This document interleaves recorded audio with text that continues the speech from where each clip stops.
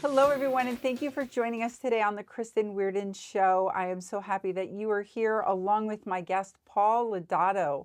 Paul, thank you so much for joining me today on the show. I'm honored to be on the Kristen Weardon Show. Thank you for having me. This is exciting, I have to tell you, because we've met a couple of times, and then I got to know you and all the things that you're involved in, and I was like, oh, definitely have to have you as a guest, because I met you through singing. I saw you singing at an event. So I'm like, oh, he's a singer. Oh, no, there's much more to you.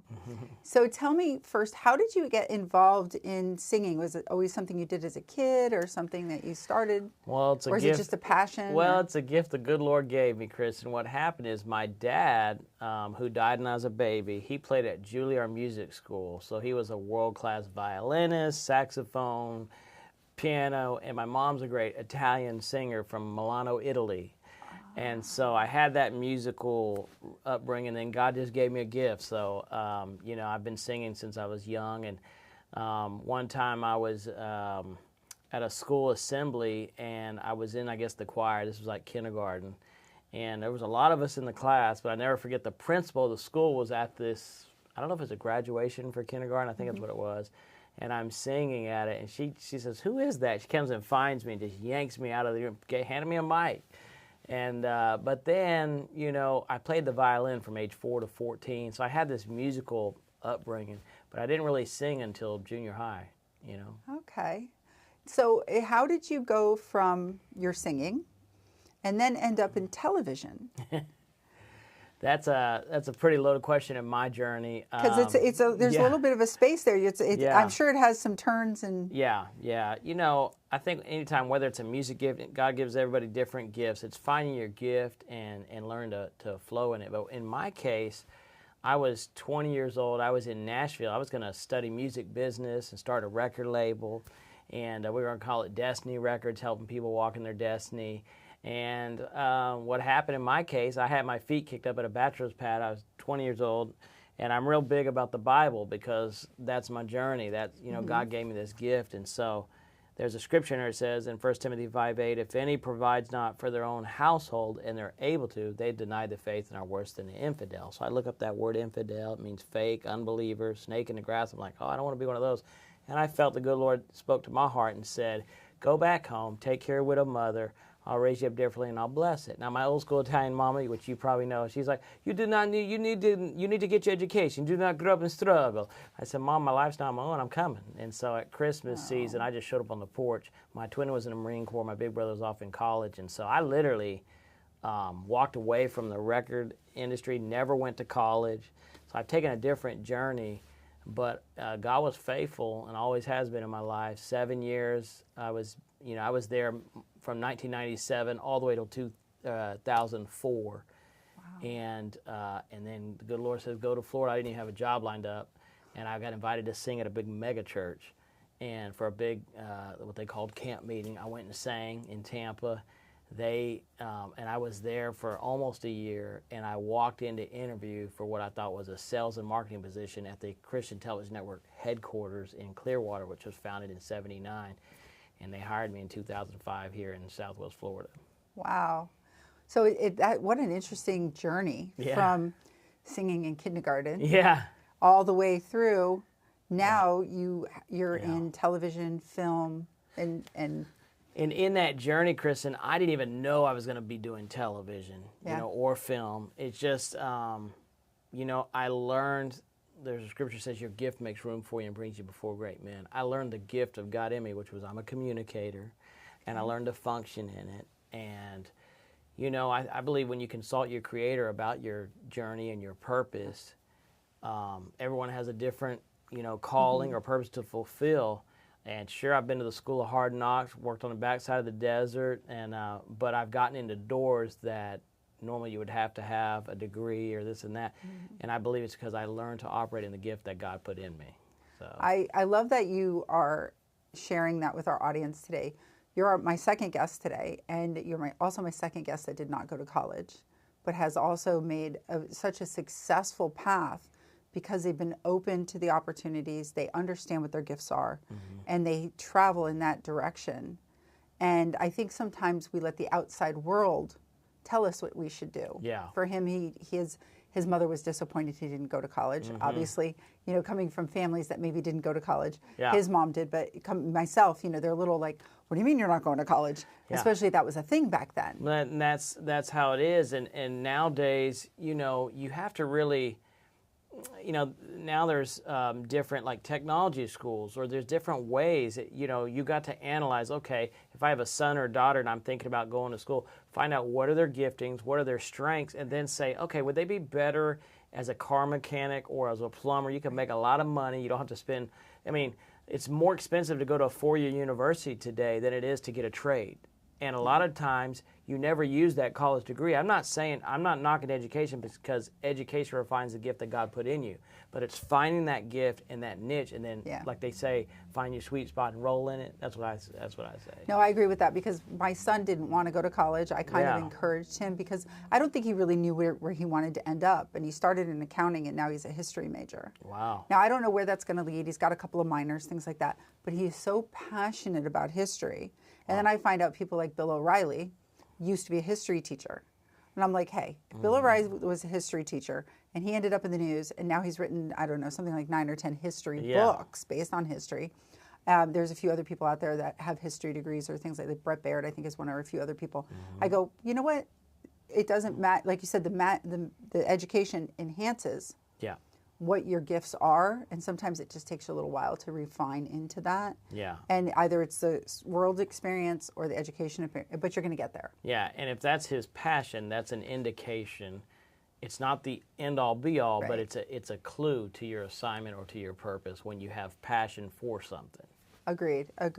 So now in 2005, you ended up at the Christian Television Network. Yeah. And you were the youngest general manager. Yeah, when I was hired, our founder, Bob DeAndre, had hired me. He founded Florida's first Christian station in 1979. They're now international, and they have four major satellites, 24 stations in strategic markets. The Fort Myers, Naples, Florida region is one of those markets here in Southwest Florida that I basically... the bait of music drew me to Florida, but I ended up interviewing for what I thought was a sales and marketing position at headquarters, like I kind of alluded to, and then they hired me as their youngest general manager, and we've seen it grow, and it's very, we got a big reach, 10 counties wide, which is bigger than NBC, ABC, CBS, Fox in this local market, and the only local faith and family television network in the region. So it's pretty amazing to have that opportunity at a young age and serve that role until recently. And that really aligned with your belief system at that point in your life? Absolutely, and still has till this day. For my journey, my Creator consulting my Creator, the Bible says that He knows the plans He has for us, thoughts of peace, not evil, to give us an expected end, a hope, and a future. So in that, I'm like, hey, God knows my future, and He knows it better than I do, because I can try to figure it out on my own and do it in my strength, or lean on Him a little bit. Why not? Yeah. Sometimes we can't get through it ourselves, but it's always nice to know that you have that there. Yeah. I don't think, I'm faith-based, I'm spiritual, but I'm not a big churchgoer. Yeah. But there are times where, because I grew up Catholic, went to a Baptist school, I've got a You're good Italian. I'm good Italian, right? I've got all the substance there that I understand that I'm not here by myself. Yeah. And I think it's very important wherever you are in your journey that you remember that you're not here by yourself and you're not doing it by yourself. And I want to add to that, and I concur with that completely, that you also, just because it's a church, you still got to test it, because there's a lot of churches out there that contradict Scripture, and it has a form of godliness but denies the power thereof, and so people get hurt by religion because they think it represents their Creator when it's man's attempt sometimes, and they do things that contradict the Scripture, and so people feel, they go to these churches looking for encouragement and uplifting, and sometimes they feel a little bit, so there's no perfect church because we're all in it. I'm just simply saying we have to be careful and just discern and test everything nowadays, because some stuff isn't the shiny apple it may present. I went to one of those as a child. I was in a school that presented itself one way, and then come to find out years later, totally veering off the cards, by the way. Just bear with us. We'll get back to the questions. I might have got you off. I'm sorry. No, that's okay. Because I think it's important for people to understand that just because you had this part of your journey, don't be completely turned off if you're still on a spiritual journey looking for something. Because I was very turned off by religion. Sure. After going through, I think it was about 6 years to this school. And I won't name it because I know other people who went through a similar thing. But later on, when I was probably in my 30s, I met some people from Kentucky. And they were telling me, and they mentioned the educational part that they were getting at the school. And I go, hold on a second. I know that program. But they went to a Pentecostal school. And I was like, but all the things they were talking about within that Pentecostal school were what I was going through, but it called itself Baptist. Now, again, growing up Catholic, there's a reason I went there. Long story, we won't get into it. But I was like, oh, that's why I always knew innately there was something wrong, because it was presenting itself as something that ended up not aligning with what I knew the traditional Baptist to be. And then at least at 30, I think it was like 35, 36, it kind of made sense to me. That kind of, I understand why I was uncomfortable and it didn't align with anything. It has to come back to a biblical worldview. Come back to the Bible. You know, when it contradicts the Bible, it's just man's philosophy, and nobody needs more philosophy. They need to come back to the plumb line, the Bible. Yeah, so. it's if I ended up reading it a couple of times during those years, because that was part of our academics, was also reading. And so now as an adult, sometimes I'll hear people say things, I'm like, that's not what it says. Even though, again, I'm not an overly religious person. I'm very spiritual, but you're not a religious person at all. You're a spiritual person. I'm a spiritual person. There's a difference. Yeah. Right? Right. So when I hear things, I go, how did we get there? Okay. Yeah. I just nod and smile and politely excuse myself or whichever, and I just go, that's not the place for me. And I think people need to also understand inside, I think they already know the answers to some of their spirituality and some of the religious beliefs. If it doesn't align, and the same thing with business, if it doesn't align, maybe listen to that little voice, because it usually will steer you in the right direction. Scripture says in Psalms 32:8 that He will lead you and guide you in all truth and teach you and instruct you in the way you should go. So absolutely. Oh, it's right there. It's right there. So what were when you went on to CNT, what was some of your, the most significant challenge you faced moving into that space? So when I first started out at CTN, I'm younger than everybody there. I inherited a staff, I think, of about 11 at the time. Because technology's changed, you can get smaller. But back then, it was a staff of 11, and almost everybody in that building wanted my job. So they didn't know me. I had one of the guys came to me and said, after 6 months of being there, says, I want you to know I'm after your chair one day. And I thought, hold on. I said, come on in here. And I brought him into the office.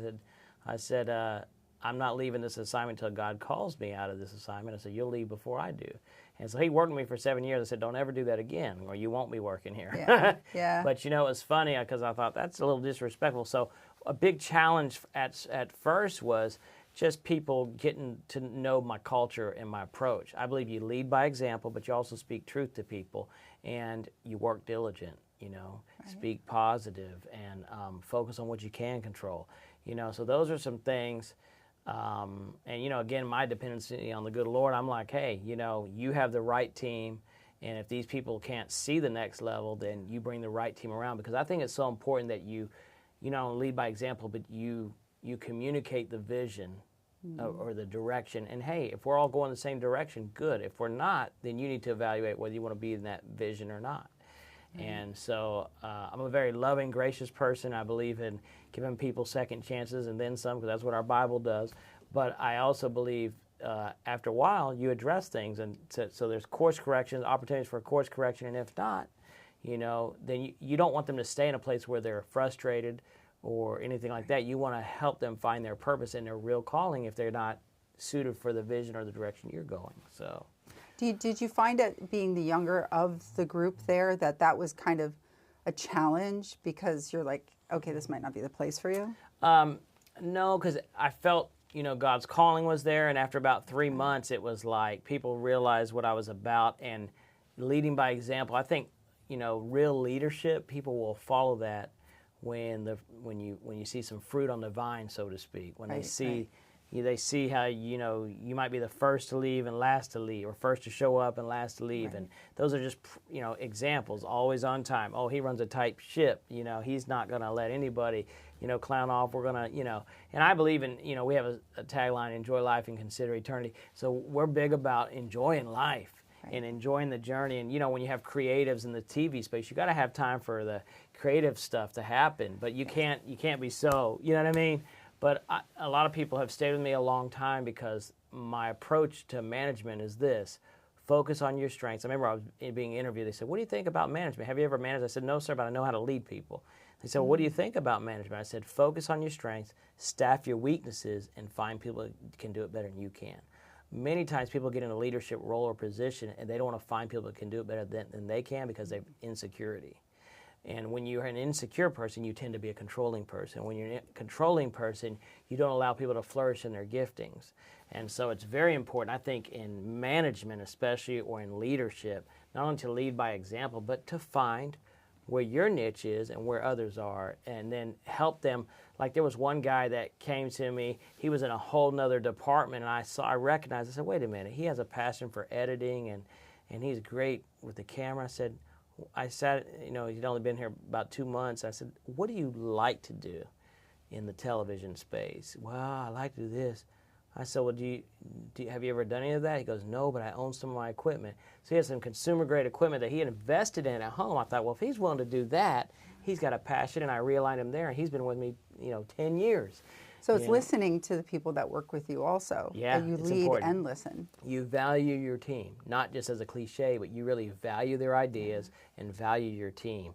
And I think you can learn things from that. You don't want everybody on your team the same. I always say to my wife, my wife works with me. Now she's leading that station. We'll get to that. But after 11 years, if everybody's the same, then one of us is obsolete. It's surrounding yourself with a good team who have different perspectives.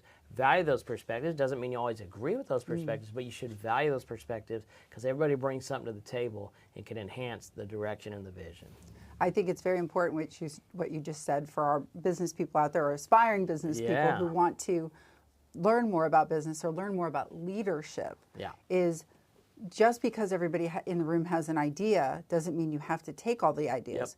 You have to find the part of leading is finding the right idea for whatever that project is you're working on it, and then leading with that idea and letting everybody else know that you had a great idea. It's just not a right fit for this project or right now. Correct. And I think it takes a strong leader to do that, as well as employees who understand that you're leading for a bigger purpose, and it's not about ego or anything like that. Yeah, I think when self gets involved, and that's in everything, people don't understand. I always believe that humility brings a miraculous into our life. And I said, a real component of a real leader or a manager is, A, if you know what you walk in, you don't have to advertise it. You don't have to be stuck on your title. But you serve your people and you serve your community. Right. Servanthood leadership is what it's about. And so I think that's important. Do we make mistakes? Do we blow it? Do we get upset sometimes? Sure. But the key is aiming to have a heart of humility, because that's where people will want to run with you when you aim that direction. No, I agree. And I think that's how you get people to stay, too. It's Absolutely. You're not only valuing them, but being a leader that they can believe in the project and believe in what's happening next. And being authentic, too, to not only celebrate the good wins, but when you're having a down win or a down day, being authentic and transparent. Some people don't want to be vulnerable like that to their team. My team will tell you. That's just how I operate, because part of it's my personality. What you see is what you get, and that's how I operate. I don't know how to be phony baloney. Some people can just hide their stuff. I can't do that. It's just not how I'm wired. And so I just think that it's so important, though.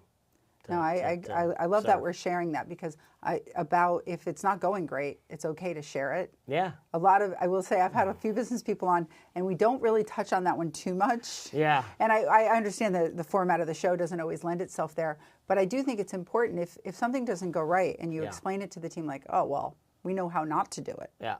And that's okay, because they can take that lesson home and use it in their day-to-day life. It's like, wow, if my boss can admit that wasn't working and something goes wrong at home, they can go, I can admit that didn't work.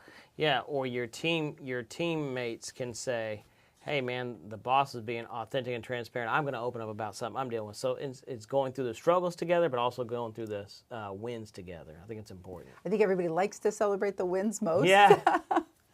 But I think it's important to, know if it doesn't work, it's just found a way not to do it. Yeah. Or not to head that direction. Yeah. Yep. So you've gotten a promotion. Yeah, after 18 years of being faithful. Yeah. You're now general manager. I'm no longer general manager. I was. You were, yeah. and now you're executive director. So what's that role transition, and what is executive director? Yeah. So I went from being the general manager of the local CTN WRXY television broadcast station to executive director of CTN Films, or CTN Studios. Oh. So CTN Studios is a new division of the Christian Television Network where we produce faith and family value type content and films, and I serve under our vice president. So it's more network-wide, and also we do a movie night across our network and locally, so procuring content to show during our Saturday night at the movies, 8 to 10 p.m. here in Southwest Florida, and then across the network. So I have a lot of different hats. Getting funding for certain films. I'm talking to entertainment lawyers and casting directors, just depending on the project, and then having the right team. And so this has all happened in the last very recently for me, and so it's a process. And then I went out, and I happen to know some people in the industry because I've been marketing and promoting faith and value films since 2003, since The Passion of the Christ, Mel Gibson's film.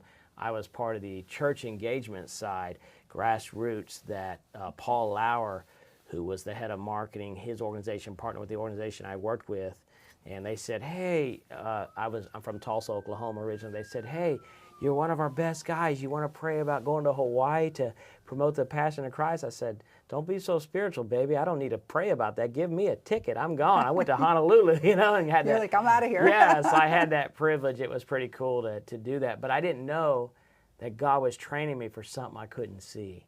A lot of times we'll do a job, and it'll be so, and this can be to help your people on the Kristen Weardon podcast and television show in the future, I hope. A lot of times you'll do a job and you'll say, how does this relate to my purpose or my call? And sometimes the good Lord will train you on the backside of the desert, and you'll be going, what am I doing this for? And I used to sit in a room of 30 marketers. We had 7,000. We're the largest organization of churches, 7,000 churches that were clients. We put TV commercials on MTV and ESPN and BET. And I don't know, some people might remember the Got Milk, Got Jesus, Got Milk commercial. I worked for that company, but I didn't know that God was training me for television.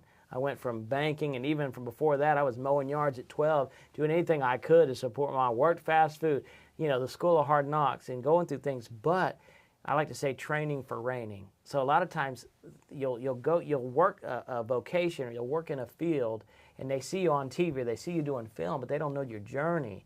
And I think that's what I like, the backstory. I like that about your concept of your show, is that you're letting people get an inside scoop on the journey. And anything that goes up quick falls quick, but anything that's a process, and it's like the scripture, line upon line, precept upon precept. There's a journey. It's not a sprint. It's a journey. It's a marathon. And so being patient and persevering are two big words, I would say. Patience and perseverance. And even when you're doing stuff that seems so mundane, it's like, man, I do this over and over. Every day I go to my 8 to 5 or 9 to 5, or you do this crazy job. You're working overnight. I used to work overnight, stocking shelves. And so I'm saying all that to say, you may not understand it all, but God trains you in your purpose even when you don't see it. I agree with that 100%. I have a previous guest, my own experience. As you're talking, I was thinking back to the first time I did anything on film. Yeah. I think I was 18. I was an underwater model for Scuba World television Wow. series. And who was the producer on that? The gentleman, I can't remember his name, but he played the $6 Million Man. Okay. He was funding producer or whatever. And I was 18. I had no idea what I was doing.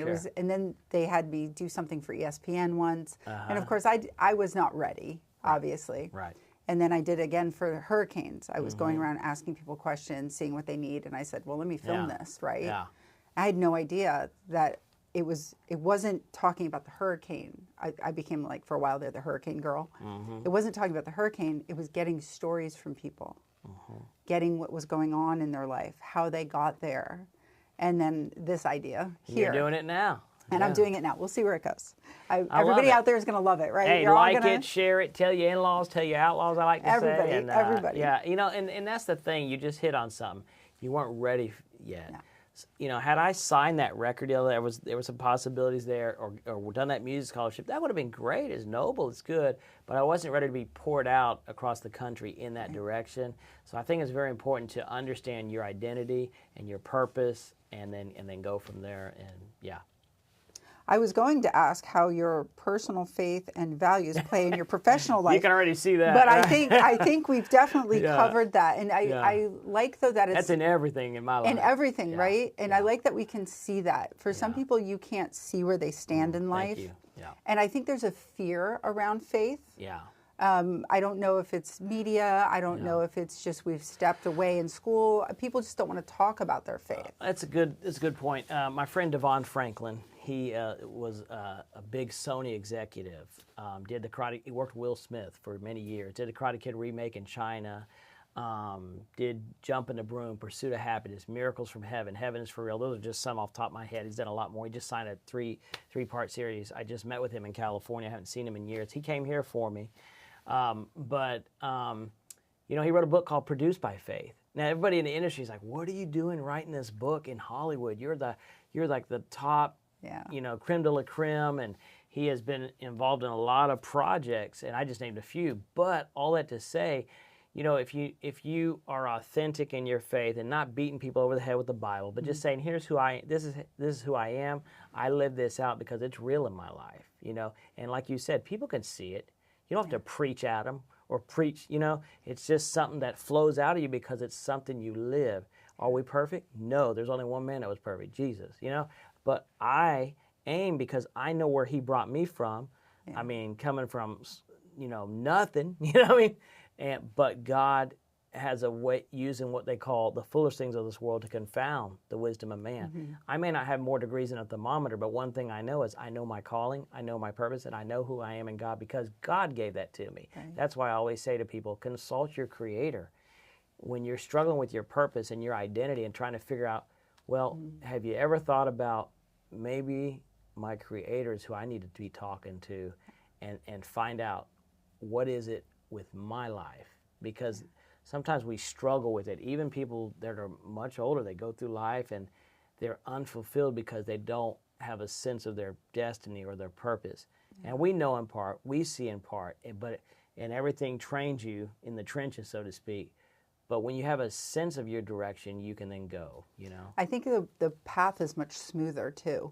The path of least resistance, I know we're taught when we're younger that might not be the way to go, but I have found sometimes the path with the least resistance, once you have the knowledge, all of a sudden you're like, wow, this show went really well, or I can't believe I just found a studio, or I found things within my budget to do, or I found sponsors, whatever it might be, and it might be hard, work, but the work flows in a way that's, you're not butting up against a wall. And I think that's when you really know you're on to something. I think you hit a key point. When you're butting up against the wall, you got to evaluate, am I doing this in my strength or am I leaning on, it's not about my ability, it's about my availability. You know, and when you're available to saying, God, direct me, lead me, show me the way, it's going to be tough. And you will have trials. In this world, you have trouble. But he helps you to overcome those obstacles. I agree. So before we close, I have you met my mom. Yes. Shout out to Mom. Hi, Mama. When she follows you on social media. I didn't even know that. Yeah, and so my wife keeps up with my social media, so I didn't even know that. She was like, oh my gosh, you know Paul Lodato? I said, well, we met a few times at events. He sings. And she goes, I follow him on social media. So when you came over to the table and you met with her and she was... my friend Alex said, you need to come meet somebody. Our friend Alex. Alex Belovovich. Wow. And so he said, he brought you over to meet my mom because she was like, oh, I have to meet him. And so thank you so much for that. But part of the reason was because your last name is the same as my great-grandmother's last name. I don't meet many Lodatos. That's Right? incredible. That's Wow. that's what I thought was great. Now, your family is from what part of Italy? My mother's from Milano. My dad was from Brooklyn. Like I said, he died when I was Yeah. 3 months old. And, you know, I did some research when I was in high school, a lot about it. But, yeah, I mean, back then in 1995, it was 400 Lodato families. It's a whole lot more now. Yeah. And it's incredible. Lodato means praise, which fits my life. I'm a singer, as you said, and so that definitely fits my life. I'm musical. That's awesome. Yeah. That's fantastic. So now one last question, because we didn't get to touch on it, but I absolutely want to touch on it. Yes, ma'am. Your wife works with you. Yes, she So does. for the people out there who are worried about working with a spouse, maybe, or That's a good question. working with a spouse, what is that like? You know, it's funny. People say, oh, you know, when I was getting married, you know, you shouldn't work with your wife. What do you mean? If I'm marrying my wife, we have a similar calling and purpose because we're heading a similar direction. Now, she was in banking for 15 years, and I had an opening, and I said, look, not because you're my wife, but I want you to just pray and make sure this is a fit for you, but your attention to detail, you're meticulous, you do well, you have a creative side. Let me know if this is something you'd like to do, and I'll talk to leadership to see if they would allow it to happen, to have a husband and wife team. And this was in January of 2013. So for 11 years, she worked her way up. She became the assistant manager, but she knew more about the station than I did on the technical side. She's just super gifted, super smart, and I just didn't. As you can probably tell, I'm a connector. I'm a people person. But I didn't have those giftings that she did, you know? And then there's other people on the team that had other gifts, so it was a great mix and match. And I think if you're aiming to lay your lives down for each other, are you going to have a tiff? You'll get an argument? Sure. But if you're going to lay your lives down for each other, man, it can work. And it's a beautiful thing. Not only is marriage a beautiful thing, but working together is a beautiful thing. Is there tough? Is there trials? Is there, things? But yes. But you know what? You can make it. And it's very fun to work with your wife. I love it. And now she's the general manager of CTN WRXY. When I got promoted, she got promoted because they saw her fruit and her faithfulness. They didn't go hire someone from the outside, our new leadership. They said, no, she's doing an excellent job. We want her to lead it. And so it's a thrill and an honor and a privilege to see my wife move into this new role. And it makes me feel good because I feel like she's going to enhance what I did. Because, you women are doers. Y'all make it happen. So we try. Yeah, we try. yeah. But we do have, there's just a different take most of us have when we are in a position, especially a team position. Yeah. If we're not many women on the team, I find that we just see certain things that maybe the team's not seeing. I don't know. They say women have good intuition. Yeah, very much more attention to detail, in my opinion. It's one thing to have, you can have visionary women, which is okay, but you've got to have people that can implement it. And my wife's not only an implementer, but she has a creative side, so it's good. I always say we can find the ketchup behind what you're looking for in the refrigerator. Yeah, come on. That's right. I believe that. I like that. Thank you again to our audience for joining us today on another Kristen Weardon Show episode. Thank you again to Paul for joining us. And you can find all about Paul and his endeavors in the description of this episode, as well as follow all of our episodes on YouTube and your favorite podcast platform, as well as iHeartRadio. Thank you so much for joining us, and we will see you on the next episode. Life is a journey filled with challenges, but those challenges don't have to hold you back. They can be stepping stones to something greater, a life of hope, joy, and purpose. Hi, I'm Kristen Weardon, and my passion is helping you unlock your inner potential. No matter what your past may look like, your past does not need to define your future. Whether you're recovering from a difficult relationship or trying to overcome the challenges of your backstory, I'm here to guide you every step of the way. I offer a range of services tailored to fit your unique needs, everything from one-on-one coaching, group coaching, to foundation building challenges, and even accountability check-ins. Together, we can create a path that leads you to the future you deserve.